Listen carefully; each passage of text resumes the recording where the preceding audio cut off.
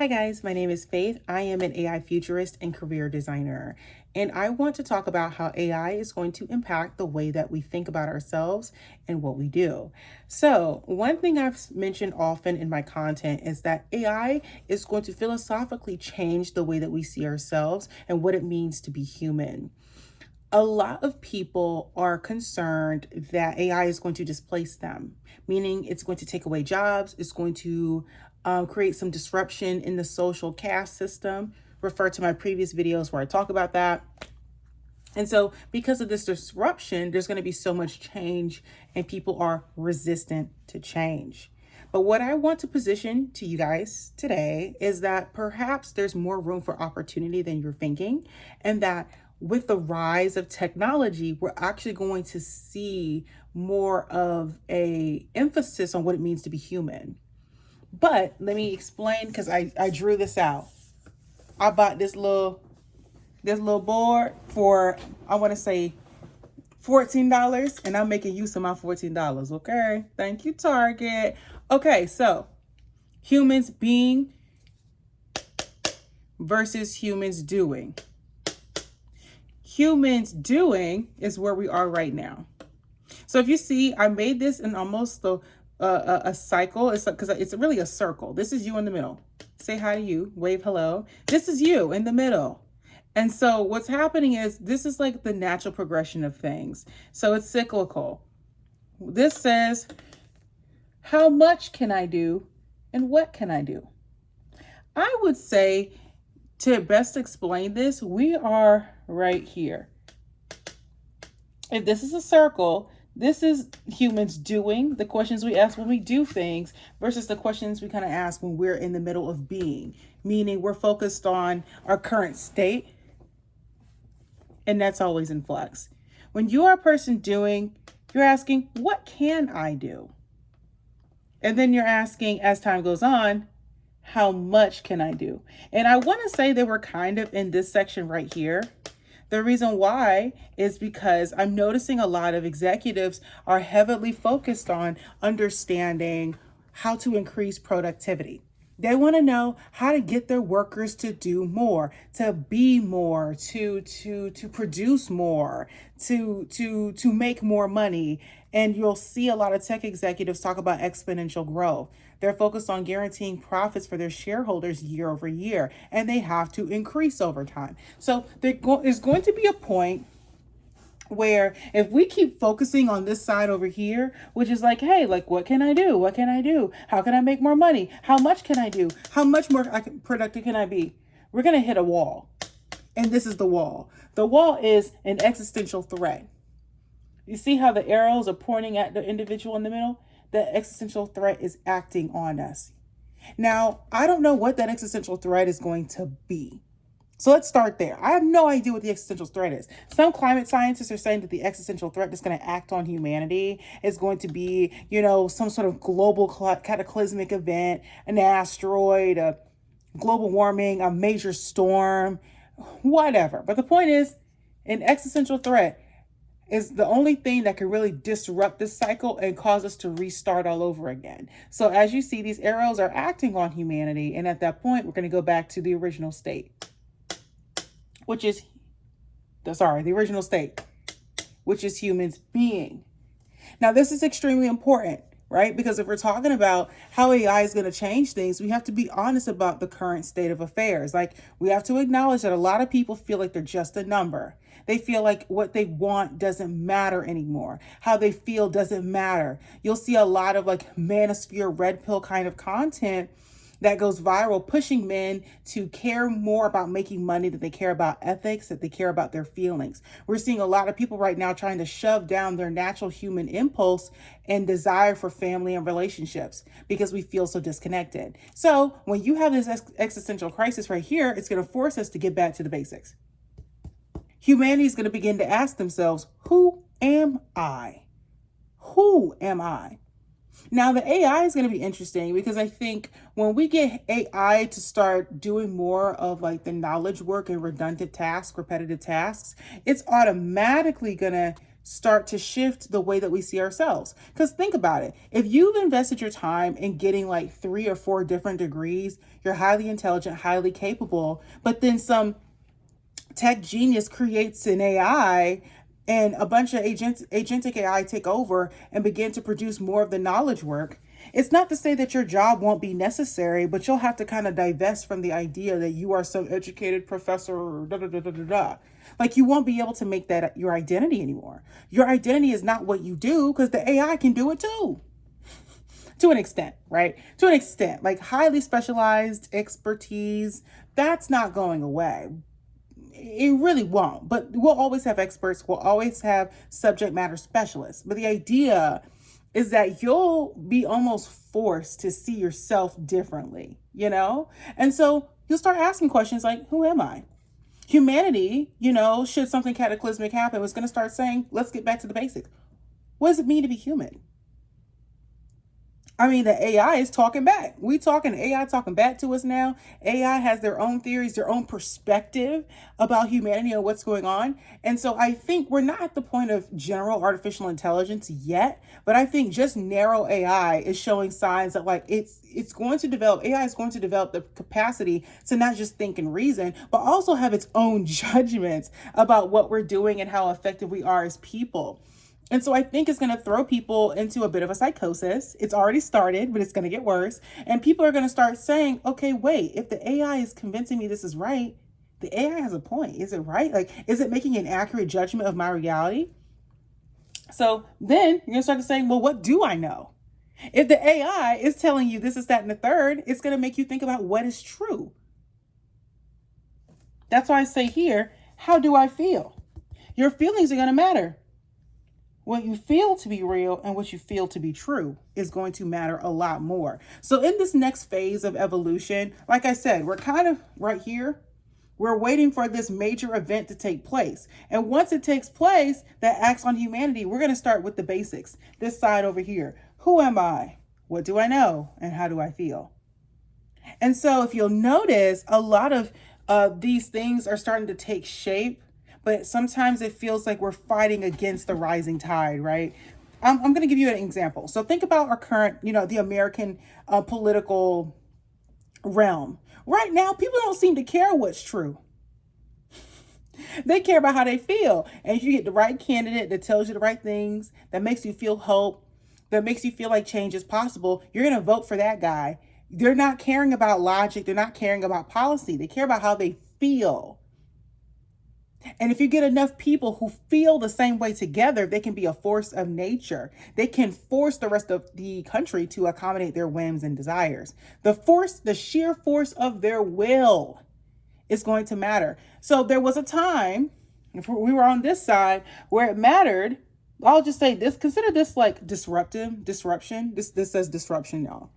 Where the natural cycle of things will be, once people start caring about how they feel, and what they feel to be real, what they feel to be true, something's going to disrupt that. Usually it's technology. Usually it's some sort of like industrial revolution or innovation or something. There's some form of disruption that has to happen for people to make the cognitive switch.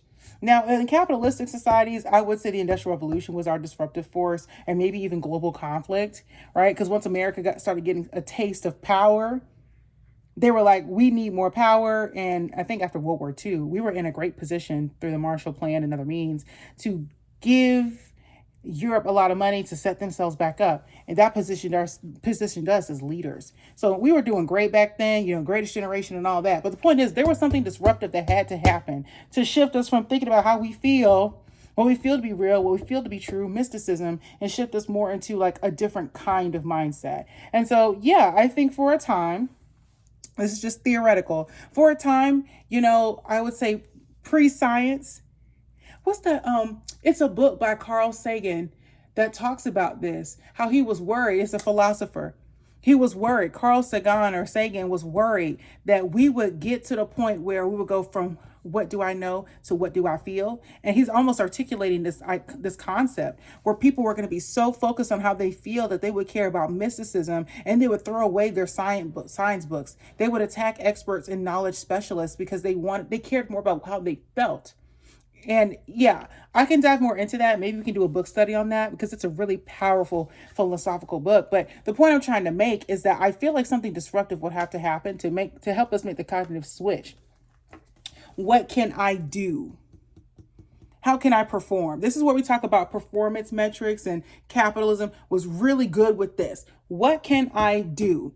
I think America really showed people what's possible. You know, we're the richest country to ever exist on the planet, right? And I think part of the reason why was because when we got in our bag for real, we started to show people what's possible. So there was like almost, I would say,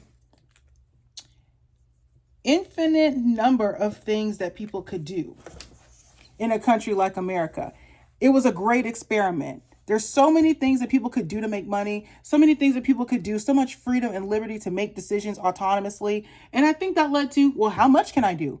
How much money can I make? How much women can I consume? Right? So if you're in a capitalist society, this whole portion of doing went to the extreme because we did a lot. We came, we saw, we conquered, we did a lot. Anything that we could have, we wanted. But like I said, that time period in the doing column, it's about over. And this is where I keep telling people, I don't know whether it's war or whether it's an economic or even an environmental catastrophe, but something is going to happen that's going to serve as an acting force on humanity, that's going to force us to shift into focusing on who we actually are.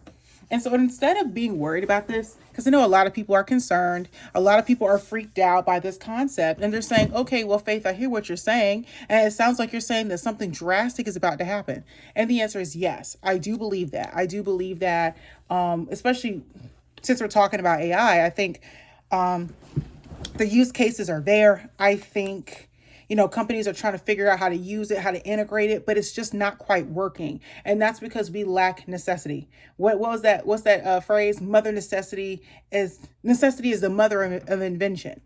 Necessity is the mother of invention. So I think something's going to have to happen that's so drastic that it's going to force a lot of like international collaboration, a lot of maybe even competition to get the tech out there first. So there's some of this that's happening now, but I think we're going to see a leap forward into the future, probably due to military conflict. I think that would be that's a strong predictor of a lot of economic growth, but also technological innovation. So yeah, I know a lot of people are concerned about this. They're worried about the future, but I would see this as more of a positive. Because listen, as a Black woman, because let's do a little bit of coaching, okay? Let's do a little bit of coaching. As a Black woman, we are always trying to increase our capacity to do more. We want to do more. We want to be more. We want to be the best version of ourselves, right? And sometimes I think we get too busy. I talked to some of my clients, and it sounds like a lot of them got multiple degrees because they were bored, because they weren't married, because they didn't have kids. And so they were like, well, what's the next thing? Well, I already have my bachelor degree. I already have an apartment or a home. So why not get my master's degree? Right? It wasn't really a strategic decision for many Black women. It was, they had the time and the resources, and so they did it.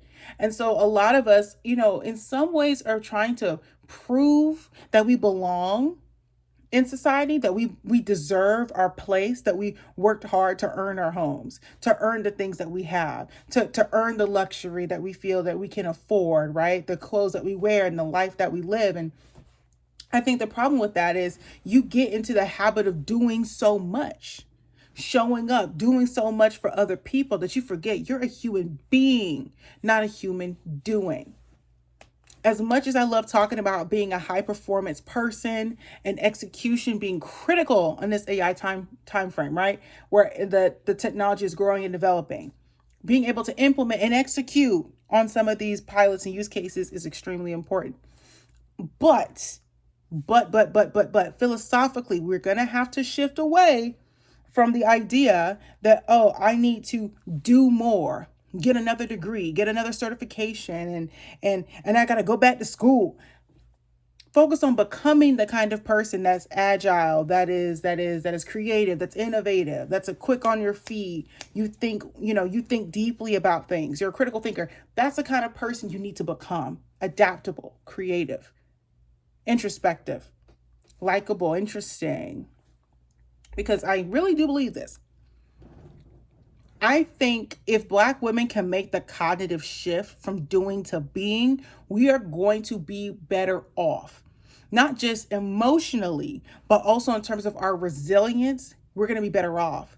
I just want to prepare you guys because this is a theory. I don't know if this is actually going to happen, but I think what could take place in the short term, meaning the next 10 to 20 years, is that because people are going to be so paralyzed by the concept of AI shaking things up socially in terms of the way that social economics works, I would imagine there's going to be people who say we need to regress. So let's go backwards a bit to what we knew before, which would mean there's going to be a rise probably in race science and eugenics for like 10 to 20 years. Not a long time, just enough because I think people are going to start to say, if I'm not what I do, then who am I? And so the first thing they're going to do actually is reach for what's easy, like what's low hanging fruit. Like, okay, well, I'm Black or I'm white. They're going to reach for, well, I'm Latino, I'm Hispanic, I come from this kind of family in this clan, this is my ancestral land. These are my homes. This is where my people hail from. This is my heritage, my culture. And in the extreme, that can be a bad thing. That can lead to like nationalism, blood and soil. That can lead to, some really bad places, race science, eugenics. And I say this because it's important, right? Because people are going to search for meaning and belonging. They're going to search for identity. And so the fastest thing to do is attach yourself or realign yourself with an old model of the way humanity used to see ourselves. We used to, categorize ourselves into little tribes and clans based on, oh, well, my family is this and we have this last name. And so in case you don't believe me, because you're like, Faith, I don't know if I believe that. It's already happening. It's just happening quietly. So America is the most obvious example of this happening. But even in other countries, if you're noticing, they don't want immigrants. And in fact, they're saying that they only want to take in people who are of the same lineage, meaning they're kinfolk. So if you're an American trying to move overseas, you're looking for, okay, well, where's the fastest place to get a visa? Well, if you can prove your family heritage, you can go to that country. You can move back there. And that is already starting a trend. And I don't think we understand the full consequences of that. Because again, if you're a Black woman and you are not African, you're not continental African, what does that mean for you? What country are you hailing from? Do you even know?